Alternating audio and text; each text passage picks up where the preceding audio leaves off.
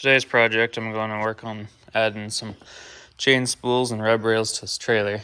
It's got stake pockets, but they're only about every 4 feet apart, and a lot of times I find myself having troubles chaining something down. Strapping stuff down isn't too bad because I can go down underneath the C-channel, but I'd still rather chain most of my stuff down. And so I'm going to add some chain spools and rub rails to the whole length of both sides of the trailer. I've got all my material cut right there. That's just, I think it's 2-inch strap, 2.5-inch strap maybe. It's either 1/4 or 3/8 wall, I don't recall. And then I've got all my chain spools cut to the same distance that my stake pockets are, and so then I'll weld these on wherever I put them. I think I got enough to put one here, one there, 2 there, and then 1 here, and 1 about there. That'll make the functionality of this trailer a whole lot better. It's a really nice trailer. It's got 20-foot overall length, 82 inches between the fenders maybe, and then it's got a 4-foot dovetail, so it's really a smooth transition when you're loading cars and trucks. Well, I got all my DOT reflective striping taken off and prepped the areas I'm going to be welding, just with the wire wheel and a grinder down there. And then I've already welded this one up. I'm just MIG welding.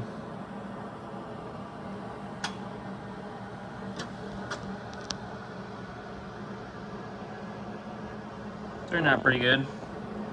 And then I'll go ahead and knock out the rest of these on this section, and then I'm going to weld up the strapping, the rub rail, and get it tacked up in a couple spots. The trailer's not bent or nothing, but these kind of fluctuate in height just a hair, so I'm going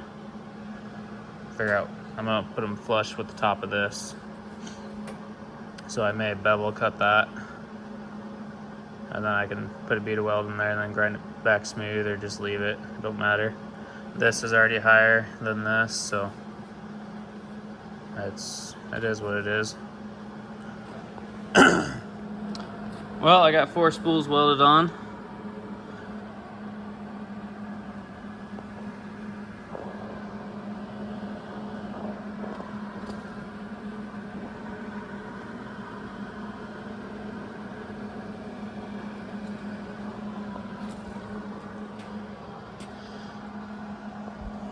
I'm welding with the Hobart 187. Works pretty decent. I bought it used quite a while back, and I've welded quite a few projects with it, and it turns out pretty good. So I'm gonna weld that rub rail on next, and I think I'm gonna attach it to the fender too. I'm gonna go straight across into the fender. That way I just have a little hook point there if I ever need to hook a strap to go. I'm always chaining down or strapping down something in the middle between the fenders. I don't have anything to attach to. Eventually I'm gonna add something, not add, but like cut this out and put something down in the wheel well that I can attach to. But for now, I'll just add something there, and that'll help. This works, but when you put a strap on here and pull that way, like if you pull that direction, it tends to pull the strap crooked and cut the strap. And if I put one of the little straps on there, it's fine, but I'd rather just have something else there too, just to have some more options, because if I have something strapping down straight across overwards, then I can also use this spot to strap something else down here. I went ahead and cut the contour of that strapping to go right up to the fender. I'm gonna weld that, so that way I get a full weld on that strapping right to the fender.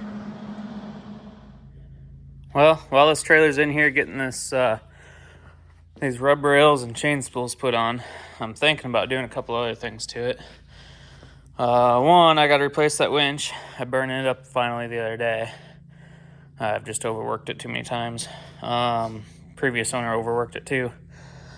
The guy that originally owned this had a Corvette. He had these extra long ramps made for it.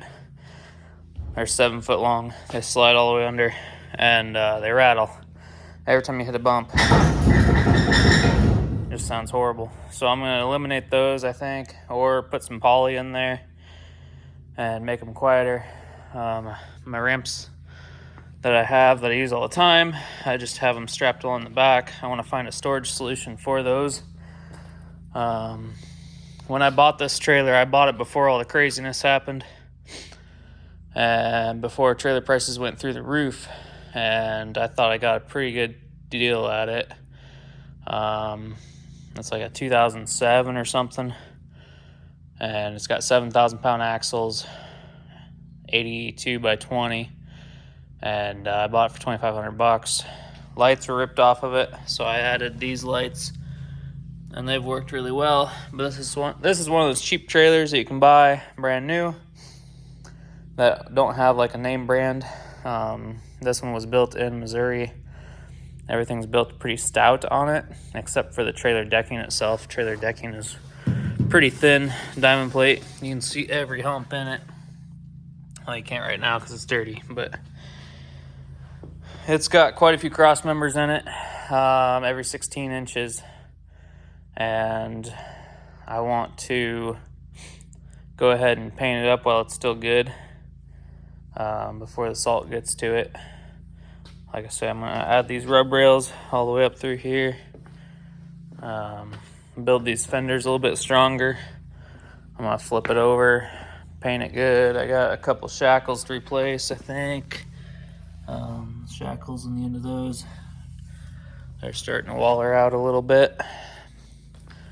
So I'd also like to add some sort of jack that is better. That one does everything it's supposed to do. It's just really hard to crank. I have taken the gears out and greased it in the past, but it's... yeah, there's still plenty of grease on them.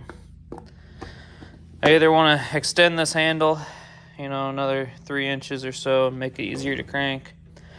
It's not so bad empty, but it's when you have something on the truck or on the trailer, and that jack's not really rated for probably more than 5,000 pounds.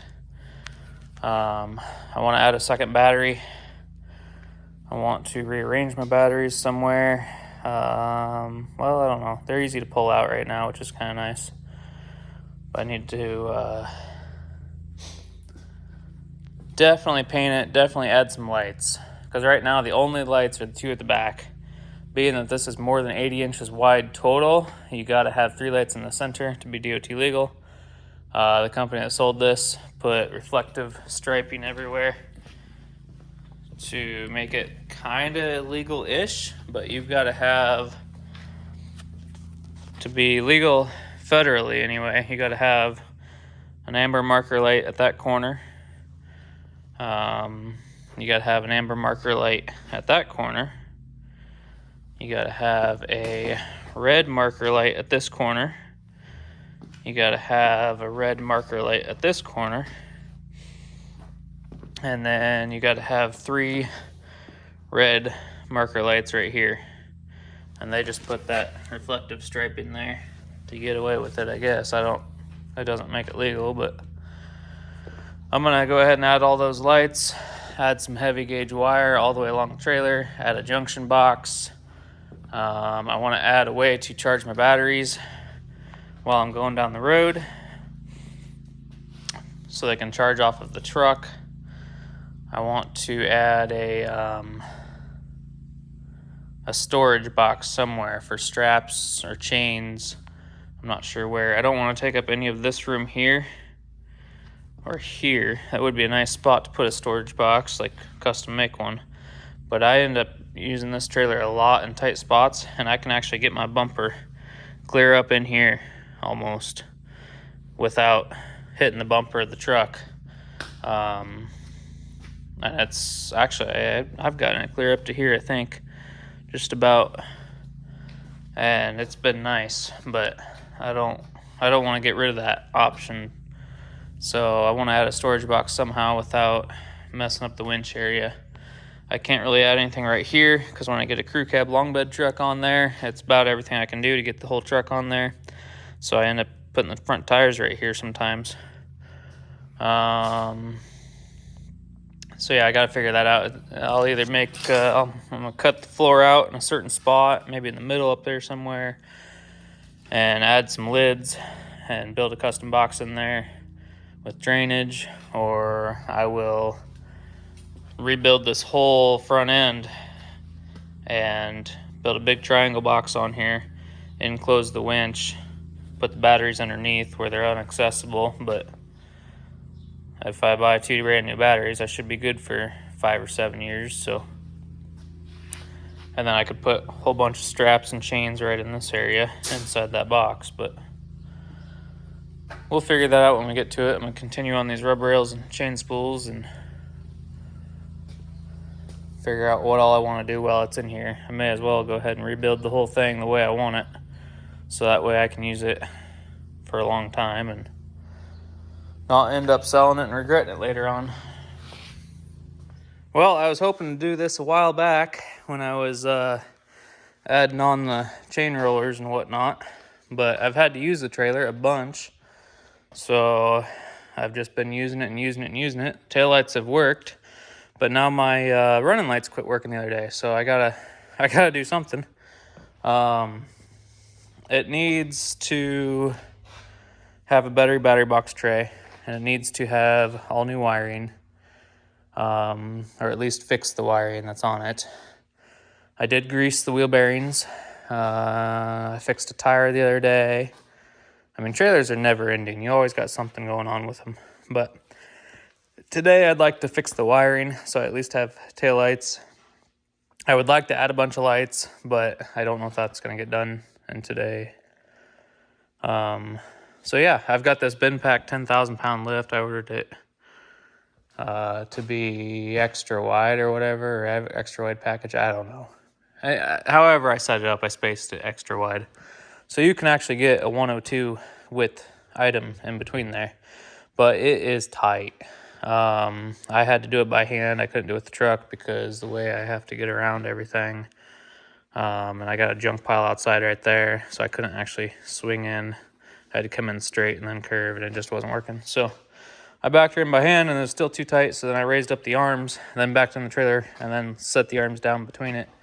Of course, it rubbed all the way down. It touched here on the fender, so going up to get it out ain't gonna work, so we're probably just gonna have to drag it out. But it does work. Like it's in there, so we're gonna use the lift to raise the trailer up so we can work underneath of it. My stairs here are super tight, but I think I can get past them. I might have to roll the trailer forward an inch or two. I've got those hinges, or those stairs on a hinge, and I'm supposed to have a winch to raise it up, but I have not gotten that far yet. So hopefully it's not going to be too long front wise. Like I don't know. Hopefully there's not too much weight on this side, but we're going to try it. And if it's too sketch, then we'll try something else. So for now, I'm going to get her blocked up. See, those arms won't swing in unless I take the tires off, and then I'd have to hold it up on jack stands to even get it in there. So what I'm gonna do is I got these beams. One's a 4x6 back there, over there that I cut, and then one's a two 2x6s screwed together. So that's what I'm gonna hold it together with, or just I'm gonna bridge from this one to that one, and then same on the back, and then lift up the whole thing at once. And if that don't work, then we'll try something different, but we're at least gonna try this.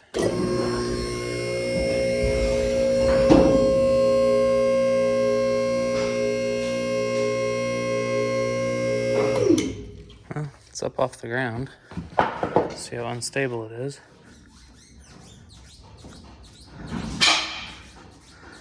safety chain fell. That's pretty stable, really.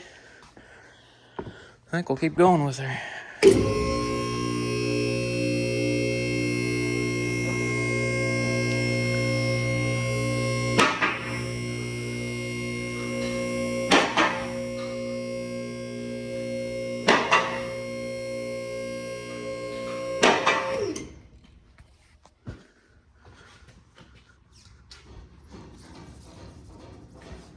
See if I can pick it up on the back end here.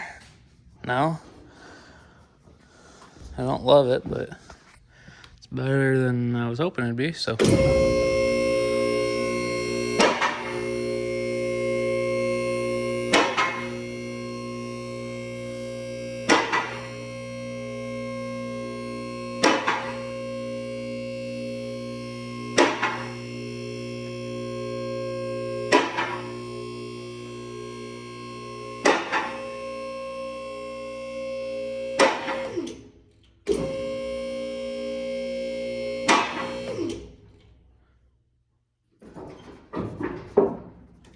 All right.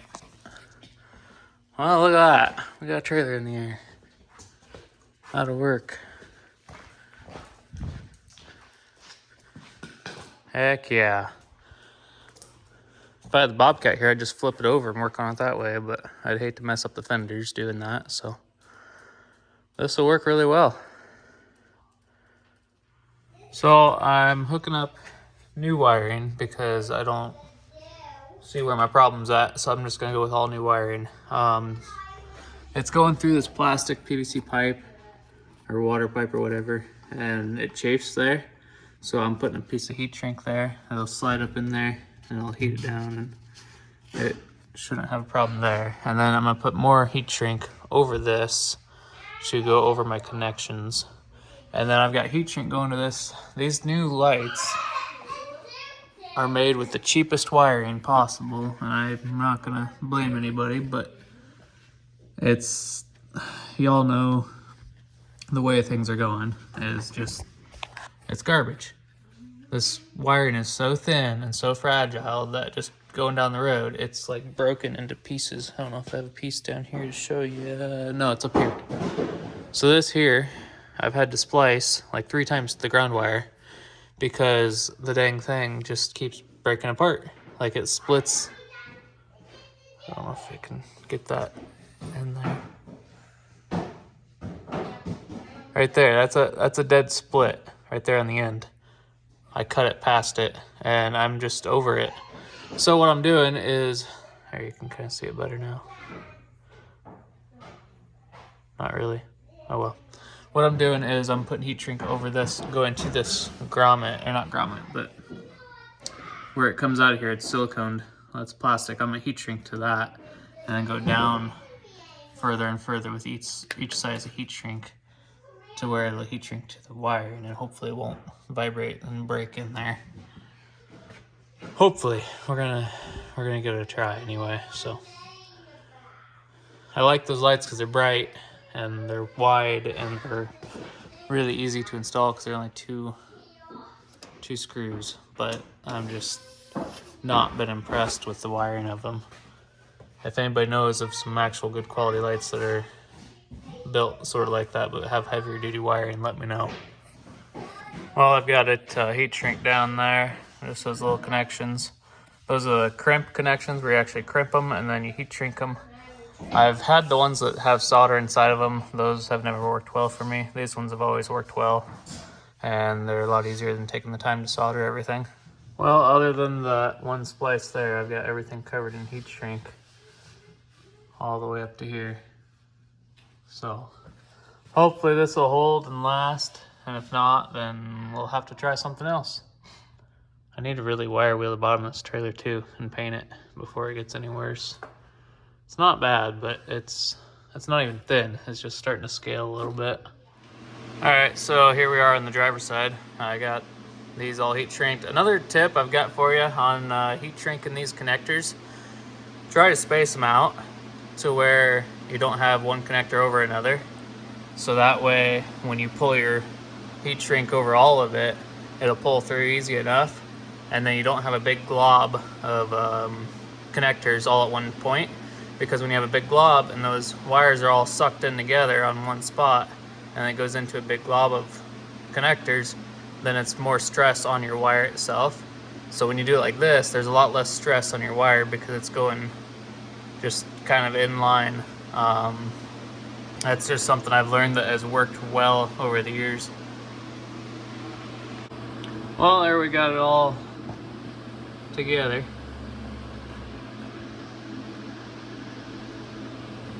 So all three of those pieces, those connectors are in here. And then this was a splice I did before. I should have put another piece over that, but I forgot and it's too late. I've got, so my 3 power signal wires are coming from the front. I've got my brown is taillights, yellow is left-hand turn, green is right-hand turn. The green goes into this tube, and then across to over here. And then a brown comes over here as well. The 2 browns from the signal one comes into here, and the one that goes across and over comes in here, and they're all put in the same junction for the tail light for this one, for the running light. So yeah, that's kind of clean. It's not perfect, but it doesn't hang down as low as before, so I'm hoping it's a lot better. It's still a lot of stress up in there, so I have a feeling it's going to be a problem later on. I'm going to try to zip tie some of this together to try to, it's got to be loose, but it's, I don't know. I need to figure out a better way to do this. I need to figure out somehow to put it up in this frame rail and make it not so wobbly. But yeah, we're going to test it out and see if that fixed our problem or not. I'm also going to replace the wiring up here because it's all solid all the way up and through here. It's one piece, and even up through here it's all one piece, but this is all kind of, the exterior coating of this is getting kind of nasty. So I'm either going to, I'm probably going to just replace it with extra wire I have, but this is hose. I may just try pulling all the wires out of this and then pulling this hose off and replacing the hose if all the wires look intact. So yeah, we're gonna try that first and then go from there and see what happens. Okay, so I've got this made up. I cut up all the old hose off of it, and it was pretty gnarly. It wouldn't slide off. It was old and dry and cracked, and so I cut it all. This is, there you go, fast diesel fuel hose. It does not hold up to diesel fuel. It does not hold up to the elements well on a truck, so I doubt it'll hold up well to this, but it'll probably last longer than my wiring, because the wiring up here is, it's solid and it's good and it works. It's just, I'm probably going to rewire this entire trailer from scratch, but I was going to do that this time, but I traced all the wiring back all the way and it's all still good. But I'm going to want to add a bunch of lights. I don't have time for that right now. It would take me a couple days, and I really, really want to, but I do not have the time. I want to put button lights all up in here, all the way down. And then turn signals on my fenders. Like, I'd like to have a turn signal light right here, popping out right here. But I don't have time for that. So I went ahead and used this because I don't want to use it for fuel, and I don't want to use it for much else. And it'll work good for this for now. It's flexible. It's fine. So when you do these, look up your diagram online. They're really easy. I believe bottom left is brakes, bottom right is ground, top right is clearance running, top left is your auxiliary 12 volt power if you want to power like a charger or something going to your battery, auxiliary battery or something. And then I believe the left one on here is actually your trailer right turn signal, and then the right one is your left turn signal, because when you're looking at the truck, it's left turn signal, right turn signal. But But yeah, that should be the correct wiring diagram, but make sure you look it up online. Other than that, we already tested for the lights on the rear. It all is good to go. We've got everything together. Nothing's hanging down. You know, before I'd have like a wire hanging down like this, and it, you know, it'd get caught on stuff, and I'd tear it, and I'd have to fix it, and just the shaking will do it too. But I did go ahead and put heat shrink up in here, going in the tube on both sides. You know, this one has heat shrink, this one has heat shrink, which I didn't heat it. I needed to heat that one. But other than that, we got good working taillights now. Like I say, I need to add a bunch more lights, but that's gonna have to wait. I need to wire wheel it, but that's gonna have to wait. I'm not doing that inside. It's gonna be done outside, and I'll flip it over. So yeah, for now, the trailer's good to go. I would like to change a bunch of stuff on it, but for now, we're gonna keep using it like it is, and we're gonna get a truck in here and work on it next.